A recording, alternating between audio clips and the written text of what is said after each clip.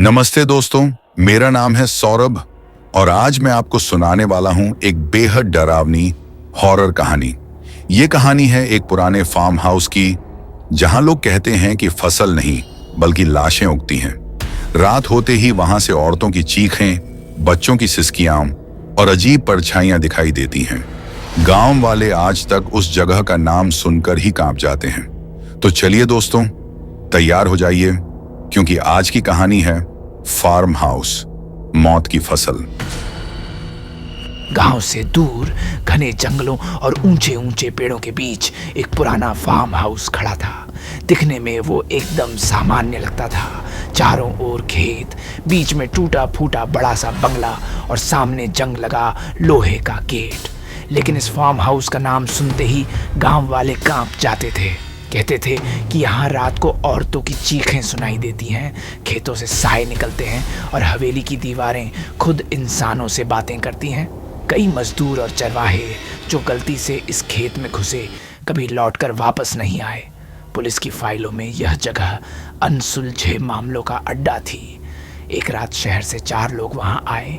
पहला था अभय, एक पत्रकार जो हमेशा सच सामने लाने का जुनून रखता था। दूसरी थी उसकी पत्नी मीरा, जो डरपोक तो थी लेकिन अपने पति का साथ निभाती थी। तीसरा था राघव, एक कैमरामैन जिसे हॉरर डॉक्यूमेंट्री बनाने का शौक था। और चौथी थी कविता, गांव की एक लड़की जो लोकल गाइड का काम करती थी और उसे इस फार्म हाउस के बारे में गहराई से पता था।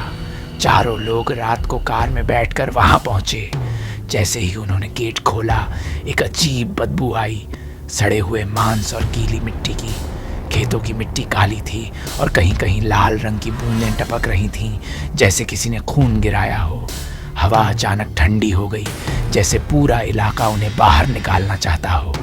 मीरा ने कांपते हुए कहा, अभय, ये जगह ठीक नहीं लग रही, हमें वापस चलना चाहिए। लेकिन अभय ने कैमरा उठाकर जवाब दिया, यहीं तो सच छिपा है। अगर हम डर कर भाग गए तो लोग हमेशा मानेंगे कि भूत असली होते हैं। हवेली में कदम रखते ही उनका सामना पहले डर से हुआ। सीढ़ियों पर पैरों के निशान दिखाई दिए, लेकिन उन पैरों में उंगलियां नहीं थीं, जैसे किसी जानवर के खुर हों। अचानक ऊपर से एक ठंडी हंसी गूंजी, तुम भी हमारी फसल बनने आए हो। सभी का खून जम गया। राघव ने टॉर्च घुमाई, लेकिन कुछ नजर नहीं आया। धीरे धीरे कविता ने सच बताया। सालों पहले इस फार्म हाउस का मालिक जमींदार भानु प्रताप था। वह अपनी फसल को उगाने के लिए इंसानी बलि देता था। हर सीजन में किसी न किसी मजदूर, औरत या बच्चे को खेतों में जिंदा गाड़ देता। वह मानता था कि इंसानी खून से सींचे खेत कभी सूखते नहीं। उसकी मौत के बाद भी उसकी आत्मा और उन सभी की आत्माएं जो खेतों में दफन की गईं, यहीं बंधी रहीं। यही कारण था कि खेतों से आवाजें आती थीं और लोग गायब हो जाते थे। रात गहराते ही खेतों से कराहने की आवाजें आने लगीं। मिट्टी अपने आप हिल रही थी। राघव ने कैमरा लगाया तो उसमें दिखा कि खेतों से सैकड़ों हाथ बाहर निकल रहे थे। बच्चों के छोटे हाथ, औरतों के पतले हाथ, बूढ़ों के कांपते हाथ। सभी हाथ जमीन से बाहर आकर हवा में ऐसे हिल रहे थे जैसे किसी को पकड़ना चाहते हों। मीरा चिल्लाई, ये हमें खींच लेंगे। तभी अचानक एक औरत का साया उसकी तरफ दौड़ा। उसका चेहरा आधा सड़ा हुआ था, आंखें पूरी काली और मुंह से खून टपक रहा था। सभी भागकर हवेली के बीचों बीच पहुंचे। वहां उन्होंने देखा कि हवेली की दीवारों पर खून से लिखा हुआ था, हमारी फसल अधूरी है। अचानक हवा तेज हो गई और दरवाजे अपने आप बंद हो गए।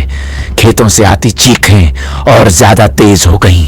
ऐसा लग रहा था मानो सैकड़ों लोग एक साथ दर्द से तड़प रहे हों। अभय और कविता ने साहस करके खेतों के बीच का रास्ता पकड़ा। वहां उन्होंने देखा कि बीचों बीच एक बड़ा पेड़ खड़ा था। उस पेड़ की जड़ों से खून टपक रहा था और उसकी टहनियां इंसानी हड्डियों से बनी थीं।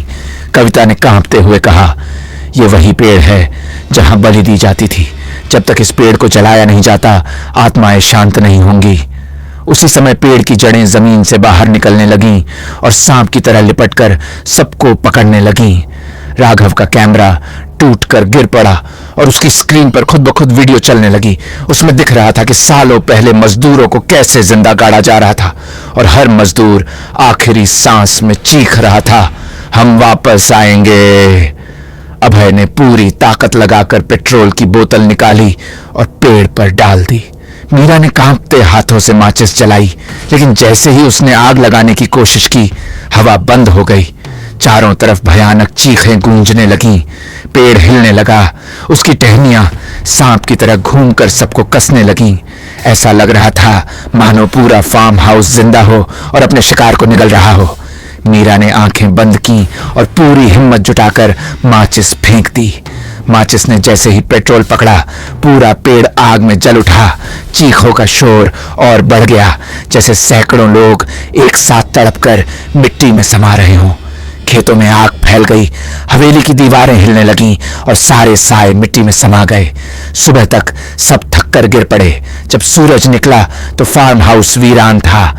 खेत बिल्कुल सूखे पड़े थे, पेड़ राख में बदल चुका था और हवेली की दीवारें काली पड़ गई थीं।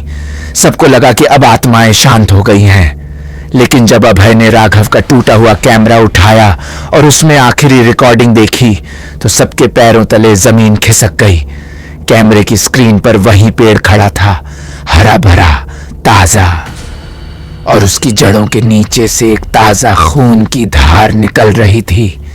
स्क्रीन पर आखिरी आवाज गूंजी, फसल तो जल गई, लेकिन भूख अब भी बाकी है।